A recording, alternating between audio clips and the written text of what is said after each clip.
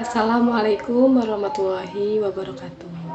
Nah, di sini saya akan menjelaskan tentang hasil observasi bisnis jasa Casio Teller sendiri. Nah, yang pertama itu ada profil perusahaan. Nah, berikut ini adalah profil perusahaan bisnis toko retail Casio Teller yang kami dapatkan melalui observasi. Nah, yang pertama nama bisnisnya itu Casio Teller, nama pemiliknya Suyanto, alamat Magetan, dan tahun berdirinya 2016. Jumlah karyawannya tidak ada karena dikerjakan sendiri. Nah, struktur organisasi itu pemilik dan sebagai karyawannya itu.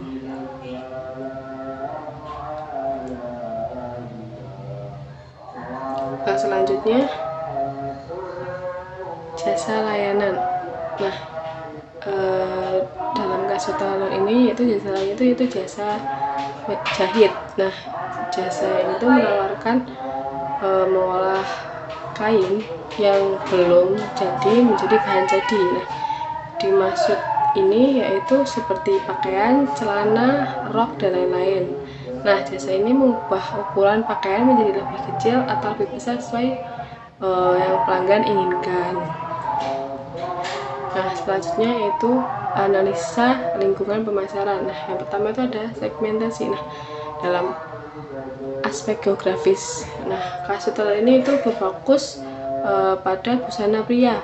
Nah, maka sasaran untuk usaha ini itu untuk kalangan pria. Nah, yang ada di wilayah Pelausan dan sekitarnya. Kenapa di wilayah Pelausan dan sekitarnya? Karena beliau belum mempromosikan yang lewat seperti WhatsApp, Instagram, dan lain-lain. Nah, dalam usaha saat ini tuh memiliki fasilitas tambahan dengan mengambil ukuran bisa mengambil ukuran langsung di rumahnya konsumen. Jika konsumen ingin meminta untuk mengukur langsung di rumahnya bisa. Terus fokus utama dari Casio Teller ini yaitu adalah pria yang tinggal di kota Magetan dan sekitarnya.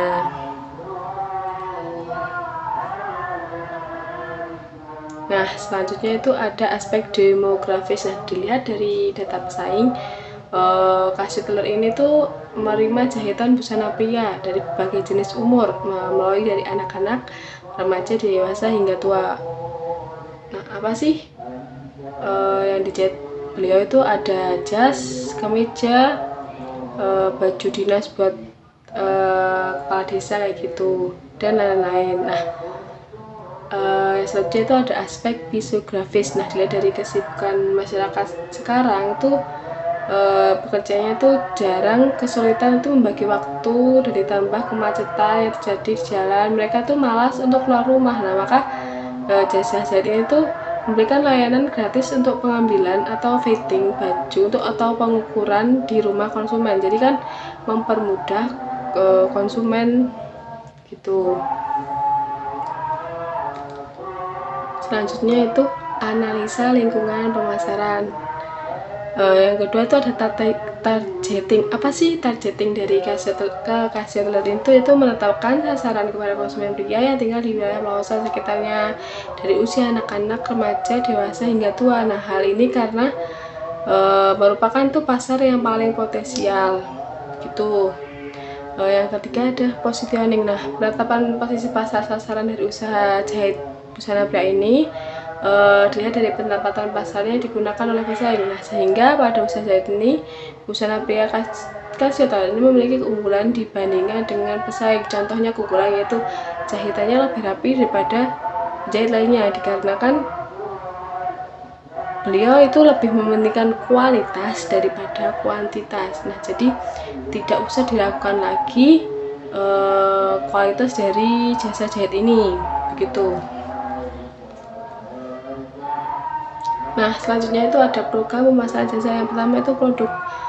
Apa sih produk dari Casio Teller ini? Itu bisa menerima jahitan busana yang kebanyakan busana pria, seperti jas, kemeja, celana, atau setelan jas buat pernikahan kayak begitu, baju dinas kayak gitu.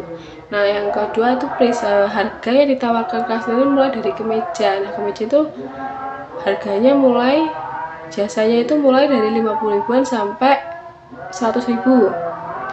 Dan untuk satu set jas dan celananya itu bisa 900 sampai 1 juta lebih, itu sama kainnya gitu. Tapi tinggal konsumennya untuk pengen kain yang bagus atau yang lebih murah kayak gitu, tinggal harga kainnya begitu. Tempat dari itu masih di rumah, jadi belum ada tempat kayak butik kayak gitu, belum ada, jadi tempatnya itu masih di rumah kayak gitu. Terus selanjutnya itu promosi. Nah, apa sih yang dilakukan Kasih Tailor ini untuk promosi itu dari mulut ke mulut. Jadi sarana memperkenalkannya itu cuma dari langganan kayak gitu, pelanggan yang datang ke sana terus menyebarkan kayak begitu, belum ada promosi lebih yang lebih lagi gitu. Terus people, nah apa sih yang dikerjakan oleh pemilik Kasih Tailor sendiri itu yaitu kemampuan yang menjahit yang sudah dimiliki dari turun temurun. Jadi kemampuan jahitnya itu sudah turun temurun dari bapaknya begitu. Nah, selanjutnya itu ada proses. Nah, proses yang dilakukan Kasih Tailor ini dilakukan pengambilan ukuran di konsumen dan di tempat produsen. Bisa di rumah konsumen tadi dijelaskan dan di tempat produsen. Nah, merencanakan desain yang diinginkan konsumen, menghitung biaya yang diperlukan dan pembuatan pola busana, proses pemotongan bahan, proses penjahitan busana, jadi penyelesaian jahitan akhir di rumah. Itu yang terakhir ada physical evidence. Nah, Kasih Tailor ini memiliki ruang tunggu, ruang menjahit, dan ruang desain. Jadi konsumen tuh ada tempat untuk menunggu begitu, jadi merasa nyaman begitu. Nah, selanjutnya itu relationship marketing. Nah, relationship marketing itu berfokus pada tujuan jangka panjang untuk menciptakan hubungan yang kuat dengan pelanggan dan menciptakan loyalitas merek. Nah, sehingga tuh terbentuk iklan dari mulut ke mulut. Setelah itu bisa berhasil membangun hubungan dengan baik dan konsumen. Nah, konsumen itu akan menyebarkan.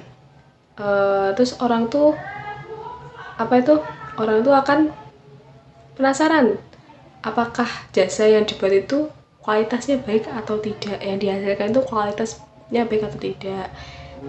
Nah, selanjutnya itu aspek sumber daya manusia, yang pertama itu kompetensi. Nah, dalam hal ini tuh indikatornya itu mempengaruhi keputusan ada pengetahuan. Nah, seberapa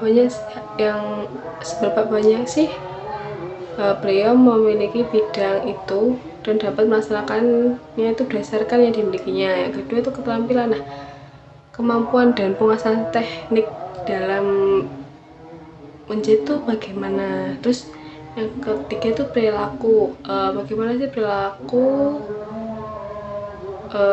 beliau itu, yaitu tepat waktu, disiplin, simpel, dan perilaku kerja yang baik. Yang pertama itu jujur dan amanah. Nah, selanjutnya itu ada motivasi. Nah, dalam motivasi ini ada indikatornya, yaitu pemberian penghargaan. Jadi memberikan penghargaan pada penjahitnya kayak gitu, memberikan penghargaan diri sendiri seperti melakukan reward terus itu kerja. Nah, dalam kondisi ini hubungan pekerja itu harus memiliki manajemen baik sehingga itu menciptakan situasi kerja yang baik kayak gitu. Terus selanjutnya itu ada pekerjaan yang dikerjakan. Nah, jadi ditekankan pada bagian itu sejauh mana tuh seorang pekerja memiliki pahaman dan tanggung jawab terhadap pekerjaan yang mereka lakukan. Nah, jadi tanggung jawab beliau itu bagaimana kayak gitu. Terus kebijakan organisasi. Nah, bagaimana sih perusahaan itu suatu bisnis itu mendukung kemajuan dan pencapaian tenaga kerja dalam berkarir. Nah, dengan saling berkoordinasi agar sebuah tugas dapat diselesaikan secara tepat waktu. Selanjutnya itu disiplin kerja. Nah, dalam disiplin itu ada suatu sikap menghormati, yaitu menghargai, patuh, dan taat dalam peraturan yang berlaku baik tertulis maupun tidak tertulis. Nah, dalam itu ada indikatornya. Yang pertama itu ada ketaatan terhadap peraturan, yang kedua itu ketaatan terhadap jam kerja, yaitu bekerja sesuai dengan prosedur, dan kepatuhan dalam menggunakan dan pemeliharaan sarana dan prasarana perusahaan. Yang kelima adalah kinerja. Apa sih kinerja dari pekerjaan itu? Mempunyai hubungan kuat dengan tujuan strategis organisasi, kepuasan konsumen, dan memberikan kontribusi pada ekonomi. Nah, selanjutnya itu ada manajemen kualitas jasa. Yang kedua itu ada manajemen kualitas jasa pada kasir. Dalam kontrak persyaratan pelayanan jasa harus berdasarkan beberapa hal berikut, yaitu perencanaan kegiatan. Bagaimana sih perencanaan kegiatan itu? Yang pertama itu perencanaannya itu melakukan pengukuran, lalu membuat pola, langsung membuat pola, fitting baju, menjahit baju dan selesai. Nah, yang kedua itu penilaian terhadap peralatan pengukuran yang dipakai. Nah, dalam peralatan pengukuran itu tuh yang dipakai, jadi gimana ya, penilaiannya ya melakukan penyusutan barang jika ada mesin yang rusak atau itu segera diperbaiki. Yang ketiga itu ada kelengkapan personal yang terdiri atau berpengalaman, jadi penjahitnya itu sudah berpengalaman. Terus yang ketiga adalah siapa sih pelanggan kasih teler ini. Nah, dari observasi yang telah kami lakukan dapat diketahui bahwa pelanggan dari kasih teler ini yaitu mulai dari pekerja hingga masyarakat sekitar. Jadi itu boleh anak muda juga, anak sekolah juga bisa menerima jahitan baju anak sekolah juga. Terus yang keempat ada nilai yang diterima konsumen. Nah, dari nilai diterima customer dari pengguna jasa teller ini dapat menghemat waktu. Customer dapat menggunakan beberapa fasilitas potongan harga yang telah kita tawarkan. Selanjutnya itu kualitas pada kasih teller ini. Dalam pengukuran kualitas jasa ada beberapa aspek kinerja. Dan dalam kinerja itu dia itu mementingkan kualitas daripada kuantitas. Yang kedua itu keragaman, banyak banget pola-pola yang bisa beliau buatkan. Terus yang kedua kesesuaian. Nah, kesesuaian itu apa yang diharapkan konsumen tuh bisa disesuaikan. Terus kemampuan pelayanannya cukup ramah dan baik. Yang kelima itu ada estetika atau estetik dalam pekerjaannya itu juga mementingkan keestetikaan bajunya. Terus yang terakhir ada kualitas yang dipersepsikan. Nah, kalau kualitas itu jangan diragukan lagi ya, karena benar-benar kualitasnya sangat rapi. Terus yang keenam ada dimensi kualitas jasa servikal. Nah, ada dimensi itu berwujud. Nah, jasanya itu berwujud menjadi baju. Yang kedua itu ketanggapan respon. Jadi responnya itu dari pihak sananya, jika kalau mau melakukan pembuatan baju itu tanggap dan ramah. Terus yang terakhir ada jaminan kepastian. Ada jaminan jikalau benar-benar bajunya tidak rapi bisa dikembalikan dan diperbaiki lagi. Terus selanjutnya ada manajemen kualitas jasa. Yang terakhir itu ada kepuasan customer. Nah, dalam memberikan pemenuhan kebutuhan customer secara lengkap. Nah, dalam sistem operasional itu cukup baik, harga dan kualitasnya itu diterima juga menjadi salah satu kepuasan yang dirasakan oleh customer. Selanjutnya itu ada pasar konsumen. Nah, yang pertama itu faktor budaya, kultur, dan subkultur. Nah, dalam hal ini tuh budaya masyarakatnya itu secara turun-temurun, lalu dari masyarakat itu kalau sudah langganan di situ ya udah langganan di situ, jadi turun-temurun gitu. Terus kelas sosial bisa, dalam hal ini tuh bisa membedakan dari kelas sosialnya. Terus yang selanjutnya ada faktor sosial. Nah, dalam faktor sosial itu ada yang pertama itu memberikan potongan harga jika pesanan dalam jumlah. Jika kita memesan misalnya dalam misalnya kita pesan 20 kemeja atau gimana, nanti pasti dapat potongan harga. Terus itu memberikan paket banding yang lebih murah untuk satu set setelan jas. Jadi jika memberikan paket bundlingnya itu paket jas yang isinya celana, jas, lalu dasi sama tempat buat jasnya itu. Terus yang tiga, dia memberikan harga khusus untuk konsumen yang sudah langganan, jadi memberikan harga yang lebih miring kepada konsumen yang sudah berlangganan lama. Terus yang selanjutnya faktor pribadi, yaitu pekerjaan sering lagi, pekerjaan yang sudah pulang pagi, pulang malam, jadi tidak bisa untuk fitting baju, jadi beliau bisa ke sana untuk mengukur baju, mengukur orang yang mau membuat baju. Terus yang kedua ekonomi, dalam hal ini ekonomi jika sudah berlangganan bisa mendapatkan harga yang lebih miring. Terus gaya hidup, bisa menyesuaikan gaya hidup zaman sekarang. Jadi jika Anda dapat mendapatkan misalnya contoh baju, dia itu bisa menyesuaikan bikin baju yang kamu inginkan kayak gitu. Terus selanjutnya itu ada kepribadian. Nah, kepribadiannya itu misalnya kita mau bikin baju, nah sesuai dengan temanya kayak gitu. Terus yang selanjutnya ada faktor psikologi, motivasi, ada persepsi, pengetahuan, dan kepercayaan terhadap usaha. Nah, selanjutnya itu perilaku konsumen. Peran dalam pembeli itu ada pencetus ide, pemberi pengaruh, dan keputusan pembelian. Yang kedua itu ada jenis perilaku pembelian. Nah, yang pertama itu perilaku pembelian kompleks, perilaku pembelian mengurangi ketidaksesuaian. Yang ketiga ada perilaku pembelian menurut kebiasaan, perilaku pembelian yang mencari variasi. Yang ketiga ada tahap proses kebutuhan pembelian, yaitu pengenalan kebutuhan.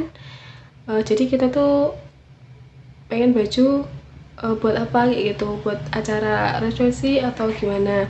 Terus pencarian informasi, terus evaluasi alternatif. Yang keputusan pembelian, jadi apakah kita jadi untuk membuat baju di sana.